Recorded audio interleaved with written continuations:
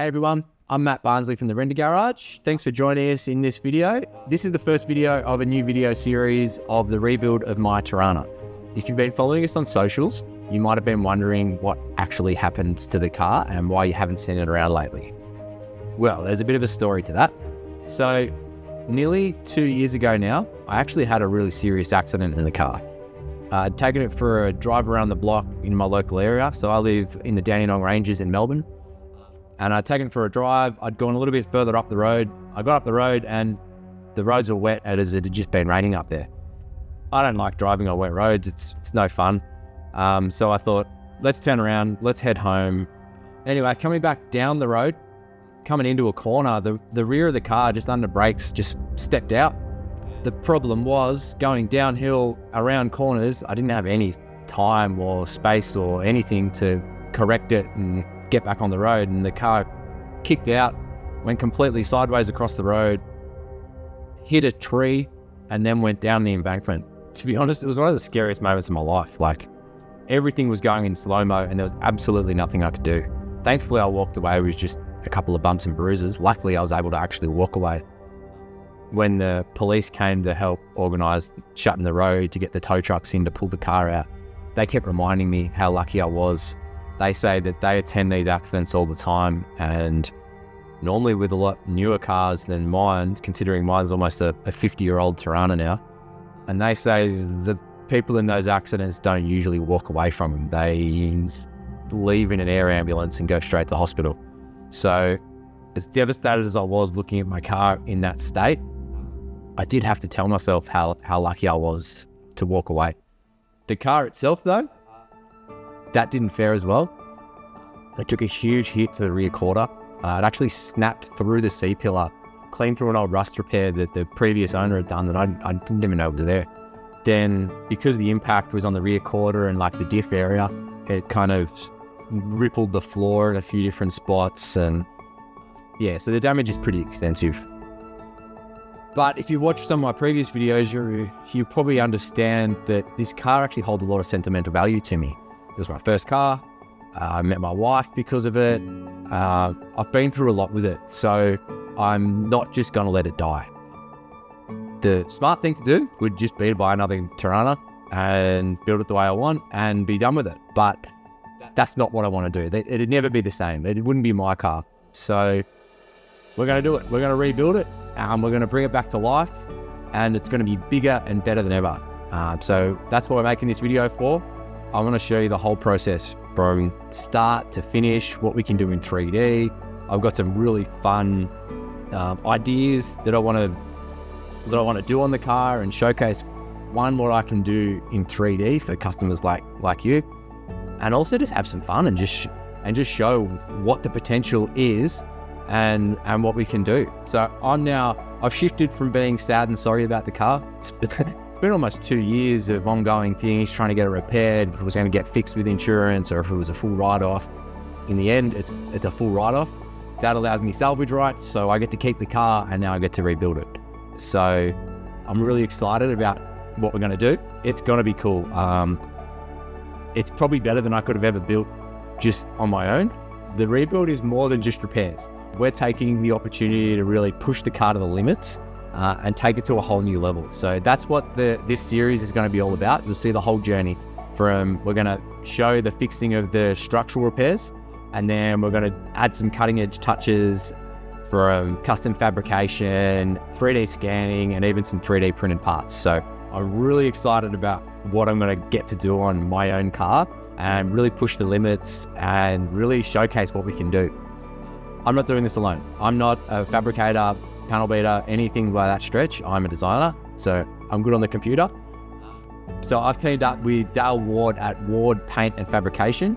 I've known Dale for, it's probably coming up to 20 years now. He's been part of my car club, and he's someone that I completely trust to take on a project this big. So yeah, let's go down and meet Dale. Let's go check out the car, and let's discuss what we're going to do and the first stage of the rebuild. All right, so we're down here at Ward Paint and Fabrication now. This is Dale Ward, who, it's your business. Yep.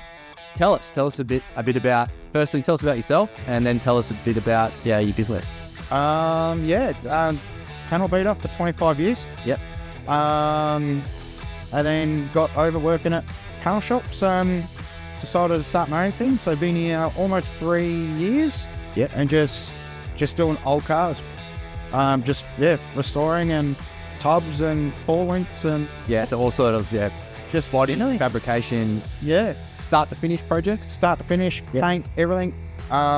Wheel it in rusty and drive it out shiny. Yeah. So He's kind of understating what he can do. He can hand fabricate panels from nothing. So not everyone can do that. So yeah, I like doing that too. So yeah, taking a flat bit of steel and turning it into something. So it's cool. Yeah, I do like it. So you said you've been in the industry for 25 years now. Is there any cars that people out there might have seen before that you've worked on, or? It's been a while, but I've worked on Steve Loader's UC Smoke a fair few times over the years. Mr. Bad Q, Ross's HQ, multicolored thing, that's worked on that at Tank Cards with my old boss Shannon. That was cool, good blokes. So I don't know, like I've been to car shows with you before and walking around, you pointed out lots of cars that are so we're here in southeast Melbourne. So there's lots of cars out and about. I know you pointed out, like, I did bodywork on that, or painted that one. Yeah, it's hard to get, sometimes it can be hard to get around a car show and see it yourself. There's a lot of cool cars. I like working on mainly modified cars. That's what I like them. Yeah, so you're not a smash repair shop here, even though you're going to help with clients smash repair. We're gonna put our touch on it. Yeah. So it's mainly old cars. So old Holden, things, Toranas, HQs. All HQs always follow me for some reason. I'm always working on one of them. Yeah, Falcons, XWs. So I've even got a XW on my XW GT on my page that I did. That was a cool car. Actually, what is your page for everyone out there? What is where's the best place that people could follow you? I'll put a little link below. But what is it? Ward Paint and Fabrication on Facebook. Yeah. I do have an Insta, but I haven't done anything with it. I'm not really social media type of sort of person. Yeah. No, there are some cool builds. If you jump on your page, there are a few up there that you can check out. So yeah, getting back to my car. Thinking back, when I first sent you the photos of the accident, what were your first thoughts? First thoughts were, are you okay? Because, and that's a big ditch. Yeah. It was, I'm guessing it was pretty scary. Yeah. It's a long way down. I'm like, when it was happening, I was just thinking, oh crap, what's it's crazy. Yeah, it was a big ditch trying to climb out of it too. Yeah, once I actually got out of the car, I had no phone reception either, so I had to walk up and down the road looking for it. That's just holding my phone out, but absolutely nuts. No, it was not fun. Well, glad you're okay. Yeah, I had a bit of a stiff neck for a little while, but we'll show you the damage to the car. Yeah. In a second, and you probably see why it was so bad. Yeah, and why you had a stiff neck. Yeah. When you came up to my place and checked the car out. Yeah. When I had it back there. When you actually saw it in the flesh the first time, what were your first thoughts? It's pretty twisted and bent and mangled, and I remember you were pretty optimistic though. You're like, it's not completely gone. It's not. There's some good bits to it, and then there's a lot of bad. But I think. Yeah, I remember after you left, I did think, I'm like, oh, it's actually, I felt better after you came, because I was like, oh, it's actually not as stuffed as I thought. It's fixable. My first thoughts were, I'm going to have to just crush it and it's done. But no, definitely savable. Everyone will see, but we've managed to get some bits and bobs and some parts. So, I think, bit of time on the rack pulling and. Yeah, well, let's show everyone. We'll do a walk around the car and we'll show them some of the damage, and you can talk through what your plans are. Some of the creases and and all that stuff. How you going to fix it? So this is what it looks like after the accident. I pulled all the wrap off. It didn't look as bad when the wrap was still on it. The wrap kind of held it all together, but once I peeled the wrap off, sort of fell apart. yeah, kind of. So tell us your thoughts and plans and what you're going to do. Well, as you can see, there's a previous repair that's been there. Yeah. They've cut straight through and then just MIG welded it all together. So when it's hit the tree and gone down the ditch, it's just torn that straight off. So that's not ideal. But having a whole new quarter panel, love that section. I might have to hand make a couple of inner pieces and stuff. So that will be the plan there. And then obviously the chassis rail has gone up as well when it's landed in the ditch. Yeah. Or down the bank, whatever you want to call it. Yeah, we can see some of the kinks and stuff on the inside here. Yeah, it's pretty ugly, but we can't actually get this piece here. So again, we might make our own. Yeah. And then over in this corner over here, it's all flattened out and it's kinked through there because the whole back of the car is across. Yeah, you can see the dints on this side where it's... Yeah. And so old dodgy repairs from when I was 16. Could have been many. It actually was a previous owner. Yeah, previous. Blame it on that. Anything dodgy wasn't my fault. Yeah. Yep. So, and then we've got some... So when it's hit here, it's actually hit the dip and pushed the dip across, but it's punched the trailing arm into the floor. So right in here, you can see where it's actually the trailing arm mount and all that is all gone, but I do plan on pretty much taking all the factory trailing arm mounts off. Yep. And cutting the whole rear of the car off pretty much and starting from scratch. We can see some kinks on the floor over here and through the diff trailing arms and stuff, but what about the rest of the car? How's the rest of the car fitting into the rest of the car? Does look pretty straight. Consider it right down in the ditch. Yeah, yes. A big ditch. Yeah. So once I'm sort of happy with the rear and that, I will be checking cross measurements from the right hand corner of the car to the left hand corner of the car, vice versa. You may have to tweak the rails or something, and especially the left hand front corner on, I think, and I don't know what happened to the car before I bought it as well. So it might have never been square. Yeah, I bought it. And another thing with this car is, once it is squared, we'll do chassis connectors through the whole car. So once we've got our four corners, we're happy with that. Yep. Chassis connectors through it, tying into the rear chassis rails, and they'll actually make this car a hell of a lot stronger than what it originally was. So yeah, that's going to be a good thing. Yeah, definitely. I know, as we were talking about before, about repair, about what's happened to this car in its previous life before I ever owned it. I'd always suspected it, but I'd never really looked into that much detail that rear quarter had been replaced in the past. So they've actually, it's a cut and shut as such. Yeah. And that's why the pillar had the damage, the cut into here. There's some booger welds going on. It's like pretty ugly. Yeah. And in saying that, because they've done this so poorly, the structural bit of the roof and all the openings and all that pretty much saved this car. Yeah. So if that wasn't as bad, the whole roof, everything, like it is all over a little bit now, but the car kinked. Yeah, there's no real major ripples or anything in the roof or anything like that. But if that was okay, like it didn't have the dodgy welding, yeah, the whole roof would have been toast. Yeah, and definitely would have been easier to get another car. Yeah, just start with a new shell and rebuild it and go about it that way. But because the roof's pretty good, we've got our rust repairs over there. The rest of the car looks pretty straight. The bike still opens and closes nicely and all that. And the driver's door still opens fine. So the passenger door, got a bit of a kick in the top bit. Yeah.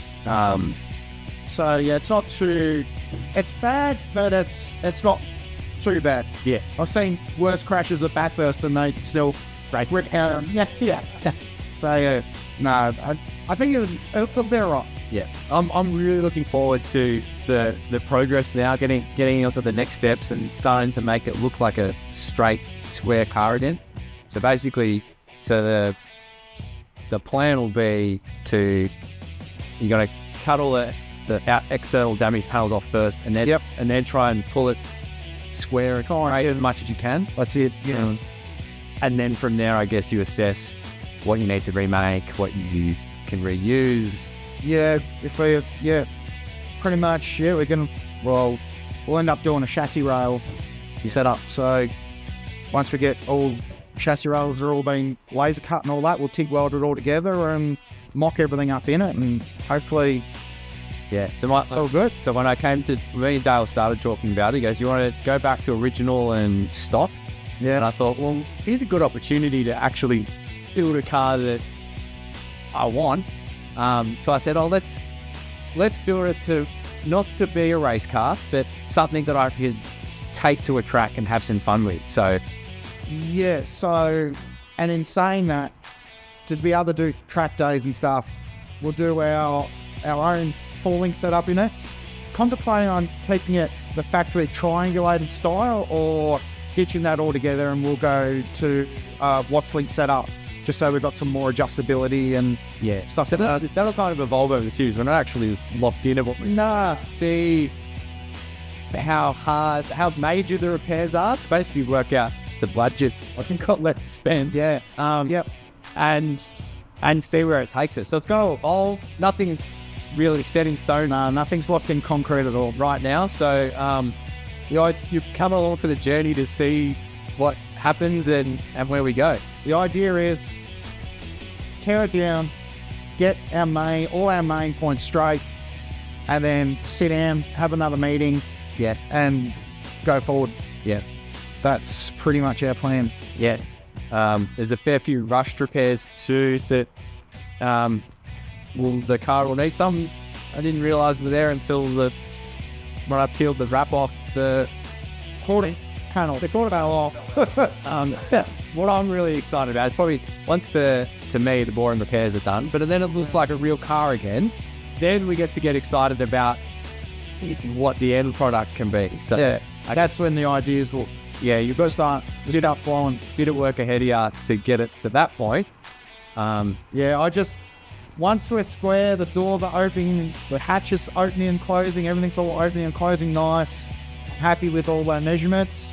I have all the factory measurements for this car, so that's another thing. So I can set the whole car up and I can just make sure everything's 110% square. So once we've done that, then let's start modifying then. I'm getting ahead of myself, sorry. If you're also interested in watching the build, make sure you like and subscribe, click the bell notification, all that jazz that they tell you to do all the time. Make sure you do that. Follow this build. We'll try and keep regular updates coming through, and drop any comments. Anything we'll see. If there's something you want to see. Something you might want a tip or a trick or learn something even. We can organise something. Exactly. Put it down, and we're happy to show and share it. If you've got some ideas for what you'd like to see in the car, chuck them up. Who knows? I might integrate them. If they're a good idea, if they're a crap idea, I'll ignore them. But no, I'm really excited. So make sure you stay tuned. Again, like and subscribe, and check out. I'll put Dale's social media things up as well, so you can follow him, and let's have some fun and build a car. Thank you, and we'll see you soon.